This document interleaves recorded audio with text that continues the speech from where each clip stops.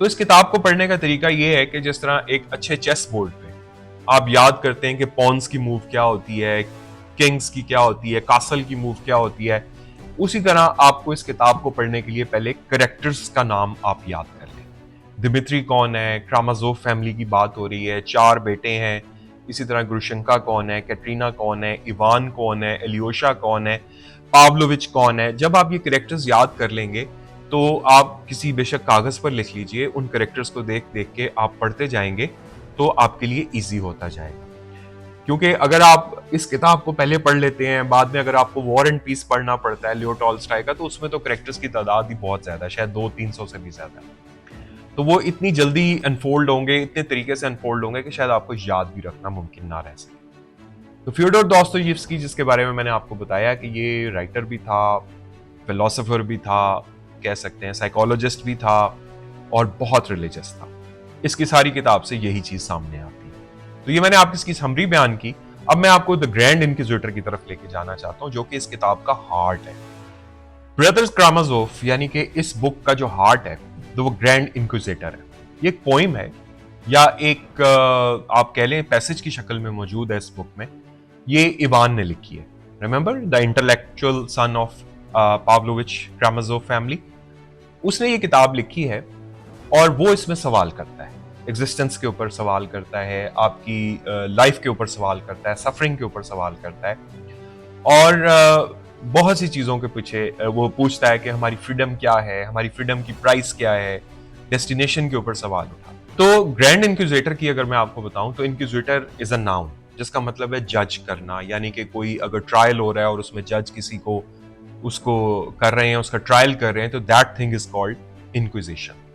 तो the grand इंक्विजिटर जो है वो बंदा है जो कि इंक्विजिशन करेगा, किसी चीज को जज करेगा, किसी चीज के ऊपर ट्रायल लेके चलेगा। तो ग्रैंड इंक्विजिशन जो है, इवान ने पोइम लिखी है, वो स्पेनिश इंक्विजिशन के दौर में बयान की गई है।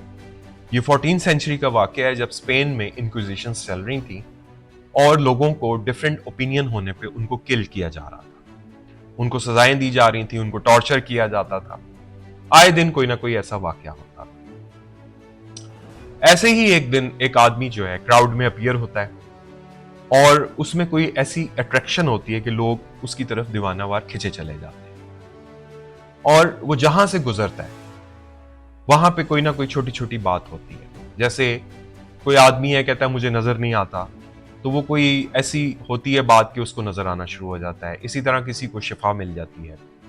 गर्ज ये कि वो आदमी चलता जाता है और लोग उसके पीछे चलते जाते हैं। होते होते ये बात द ग्रैंड इंक्विजिटर तक पहुंचती है, जो कि अथॉरिटी का हेड है। वो कहता है ये कौन है, इसको मेरे पास लेके आओ। अब बेसिकली ग्रैंड इंक्विजिटर और जो मिसाया जो कि क्राउड में से गुजर के आया है, उसके बीच में जो डायलॉग है उसको कहते हैं द ग्रैंड इंक्विजिटर्स। ग्रैंड इंक्विजिटर का जो सेंट्रल थीम है वो फ्रीडम है, और ये थीम समझने के लिए आपको समझना पड़ेगा कि फ्रीडम से मुराद यहां पे क्या ली जा रही है। क्या फ्रीडम अच्छी चीज नहीं होती? फ्रीडम तो वाकई अच्छी चीज होती है। और क्या फ्रीडम में कोई बुराई का पहलू भी है? तो ग्रैंड इंक्विजिटर और मसाया के बीच में जो डायलॉग हुआ है वो बेसिकली फ्रीडम से रिलेटेड है।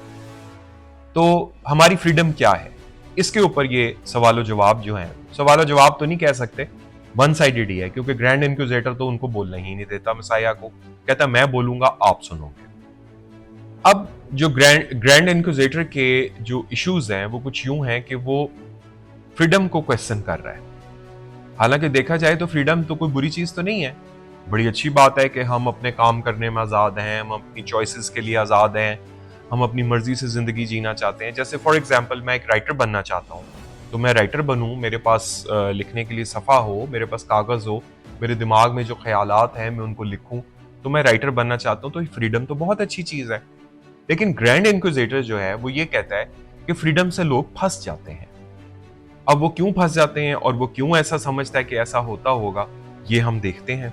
तो ग्रैंड इंक्विजिटर ये समझता है कि लोगों को फ्रीडम नहीं देनी चाहिए, और अगर आपने उनको फ्री करना है, लोगों को फ्री करने के लिए लोगों की फ्रीडम लेनी पड़ेगी। उसके लिए उनको किसी सिस्टम में लाना पड़ेगा, और अगर वो सिस्टम को नहीं माने तो उनको उस जमाने के हिसाब से जो सजा देनी चाहिए थी वो देनी चाहिए। उसके अलावा ग्रैंड इंक्विजिटर ये बात भी कहता है कि मैं नहीं जानता तुम कौन हो, तुम कहां से आए हो, मैं जानना भी नहीं चाहता, लेकिन मैं तुम्हें सिर्फ एक बात बता दूं कि जितने लोग आज आजाद हैं या खुश हैं, पहले कभी भी नहीं थे। उन्होंने इतने वो खुश हैं कि उन्होंने अपनी फ्रीडम खुद हमारे पास लाके हमारे पांव पे रखी है। एज इट इज जो इस बुक में लिखा है वो यही लिखा है कि उन्होंने अपनी फ्रीडम लाके हमारे पांव में हमारे हवाले की और अब वो बहुत खुश हैं। तो ये क्या मसला है? जब फ्रीडम बहुत अच्छी चीज है, हम अपनी चॉइसेस में आजाद हैं, तो ग्रैंड इंक्विजिटर क्यों ऐसा समझता है कि लोगों को फ्रीडम ना दें, वो फंस जाते हैं, उनको किसी अथॉरिटी के अंडर होना चाहिए। अब अगर फ्रीडम की बात की जाए, दोस्तोयेव्स्की की बुक को सामने रखा जाए, तो फ्रीडम की कोई एक कंक्रीट डेफिनेशन कैसे आप निकालेंगे? आप ये कह सकते हैं कि फ्रीडम से मुराद ये है कि आप किसी भी काम को करने में आजाद हो। फॉर एग्जाम्पल, आप कुछ बनना चाहते हैं या फिर एग्जिस्टेंशलिस्ट की तरह आप हो जाएं इस चीज के अंदर। आपको याद होगा मैंने पिछला प्रोग्राम जो सार्ट और कमू पे किया था, उसके अंदर मैंने फ्रीडम और चॉइस के हवाले से बात की थी। अगर आप वो प्रोग्राम देखना चाहें तो मैं कमेंट सेक्शन में उस प्रोग्राम का लिंक शेयर कर दूंगा। तो फ्रीडम कोई बुरी चीज नहीं है, हम अपनी मर्जी की जिंदगी जीना चाहें, इसमें कोई बुराई नहीं है। तो क्या वजह है ग्रैंड इंक्विजिटर जो है वो इसके ऊपर सवाल कर रहा है कि फ्रीडम जो है इंसान को फंसा देती है। हालांकि फ्रीडम के अंदर अगर इसको एक्सपैंड किया जाए तो इसमें चॉइसेस होती हैं आपके पास और आप अपनी मर्जी की जिंदगी जी सकते हैं। इसी तरह फ्रीडम के अंदर अच्छी फ्रीडम भी आ जाएगी और बुरी फ्रीडम भी आ जाएगी। इसका मतलब यह है कि फ्रीडम के यूज के ऊपर सारा कुछ डिपेंड कर रहा है। अगर मैं अच्छा काम करता हूं तो फ्रीडम, और अगर मैं कोई बुरा काम करता हूं, फॉर एग्जाम्पल आप कहते हैं कि मेरा धर्म, दीन धर्म जो है वो पैसा ही है, तो सारा कुछ छोड़ के पैसा की तरफ आप जाते हैं, इखलाकियात को भूल जाते हैं। अब हैं तो आप फ्री और आप फ्रीडम चॉइस ले रहे हैं। दूसरी तरफ एक बंदा है जो अच्छे काम कर रहा है, नेक काम कर रहा है, और वो पैसे को वाइल समझता है। और इसी तरह जो नेक लोग हैं वो नमाज, रोजा, ज़कात, हज, हम जैसे जो मुस्लिम हैं वो हम लोग नेकी की तरफ जाएंगे क्योंकि हम फ्री हैं, हमें यहाँ आज़ादी है ये सब काम करने की। लेकिन कोई एक शख्स यहीं रहते हुए अगर कोई ऐसे काम करे जिससे दूसरों को तकलीफ हो, तो क्या वो बुराई नहीं होगी? हालांकि लोग तो कहेंगे हम क्यों बुरे होंगे, लेकिन हो सकता है क्योंकि आप कोई ऐसा फैसला कर सकते हैं जिससे आपके लिए गए फैसले से या आपके किसी अमल से किसी दूसरे को दुख पहुंचे, तकलीफ पहुंचे, तो ये फ्रीडम का नाजायज इस्तेमाल है और गालिबन ग्रैंड इंक्विजिटर इसी तरफ इशारा कर रहा है। इसी तरह इवान एलियोशा को जिस वक्त ये सुना रहा होता है तो एलियोशा उससे बीच बीच में सवाल पूछता है।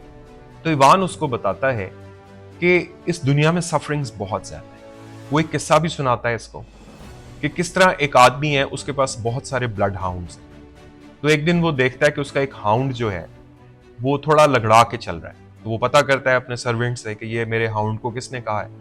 तो बताया जाता है कि साथ एक बच्चा रहता है, उसने एक पत्थर मारा जो आपके डॉग के, हाउंड के पाँव में लगा, जिससे वो लंगड़ा के चल रहा है। ये उस बच्चे को किडनैप करवाता है, सारी रात उसको बंद करके रखता है, उसकी माँ को बुलवाता है और अगले दिन उस बच्चे को छोड़ देता है कि तुम भागो, पीछे उसके हाउंड्स लगा देता है और उसकी माँ भी देख रही होती है, क्राई कर रही होती है।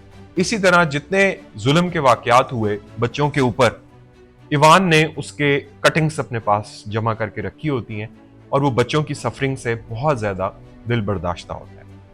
तो यहाँ पे वो ये कहता है कि ये भी तो फ्रीडम है कि एक आदमी इसलिए जुल्म कर रहा है कि वो कहता है कि मैं फ्री हूं, मैं अपने मतलब ले सकता हूं कोई भी फैसला, और वो कह देगा मुझे तो किसी ने रोका ही नहीं।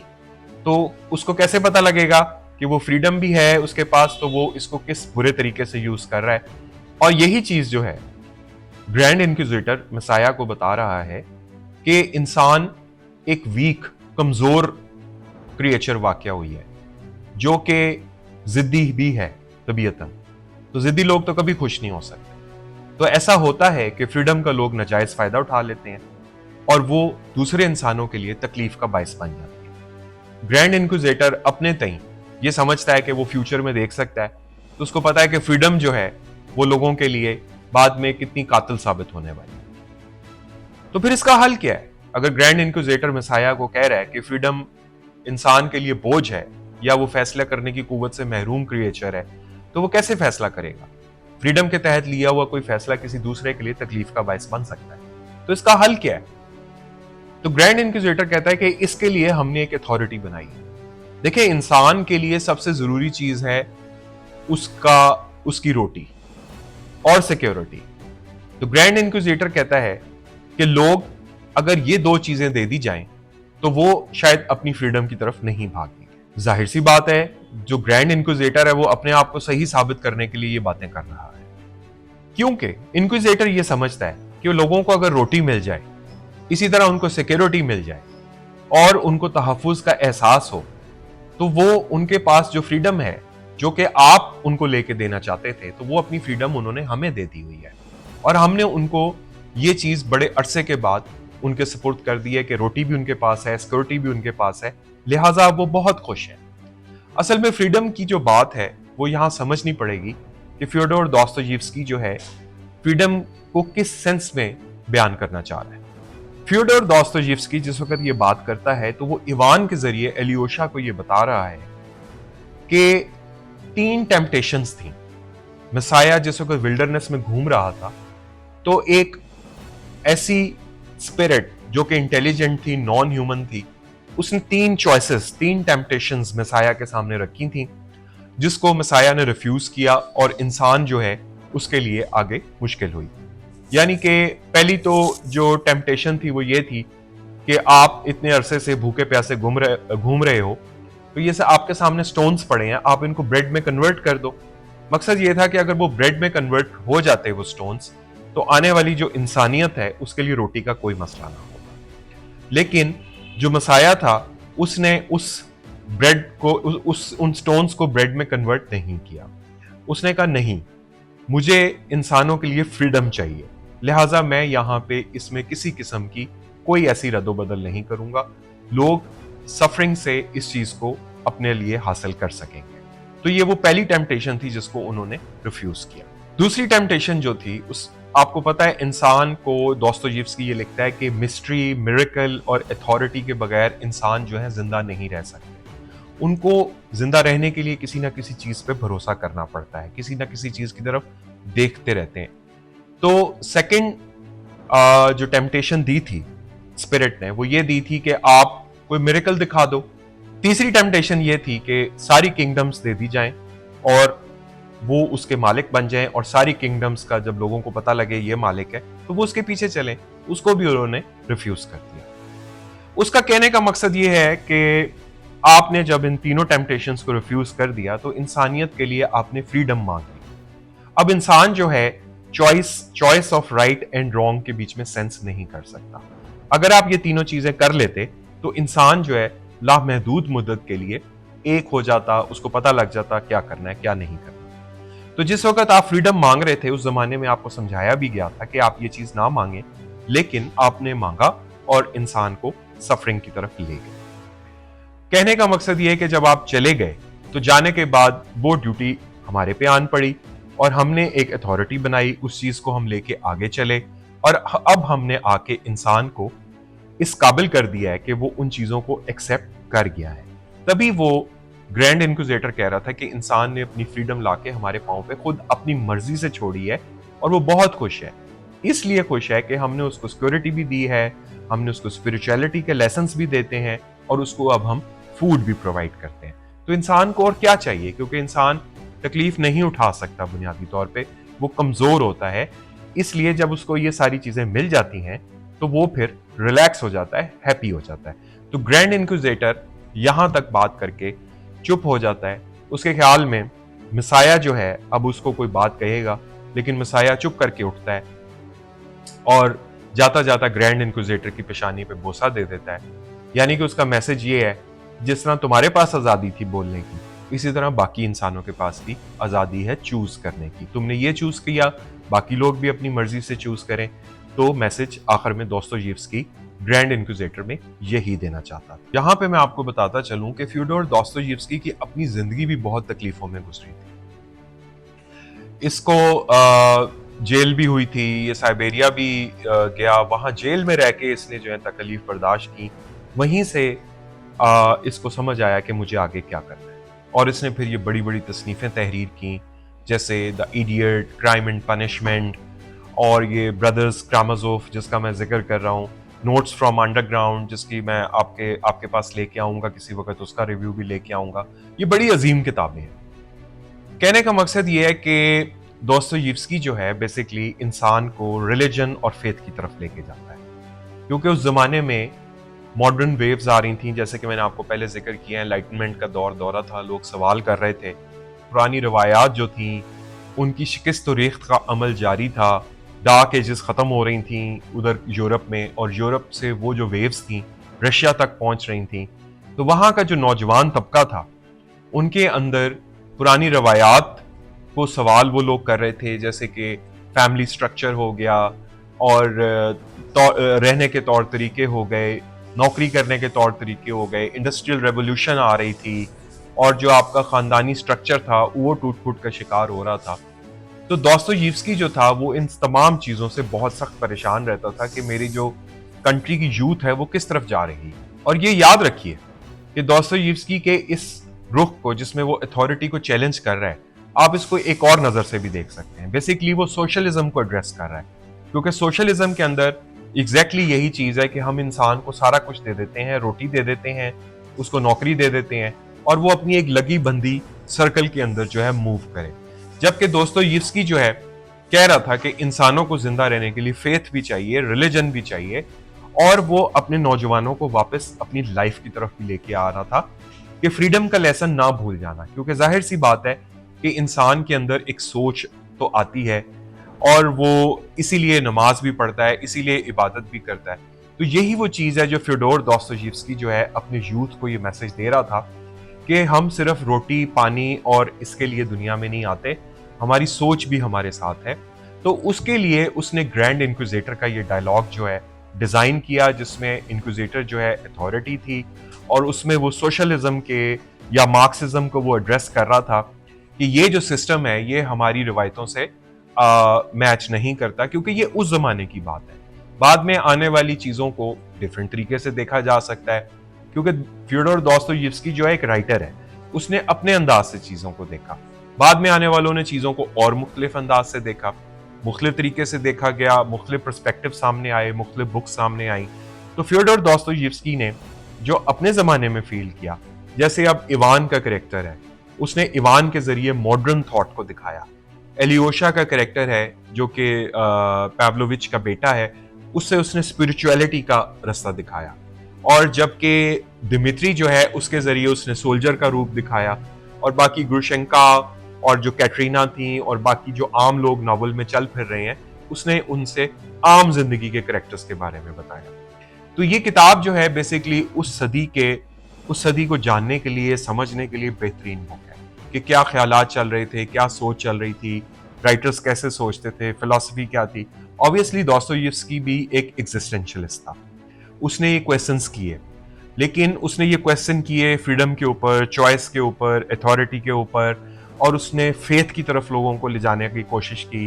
नौजवान जो है इस तरफ जा रहे हैं, तो जो दोस्तोयेव्स्की है वो बेसिकली नाहिलिज्म और सोशलिज्म को क्वेश्चन करता है, क्रिटिक है उनका, उनके ऊपर क्वेश्चन उठाता है कि ये सिस्टम्स, उनमें से चीज़ें निकालता है कि ये सिस्टम इसलिए हमारे लिए काबिल कबूल नहीं है, हमारी अपने सिस्टम्स बड़े अच्छे हैं।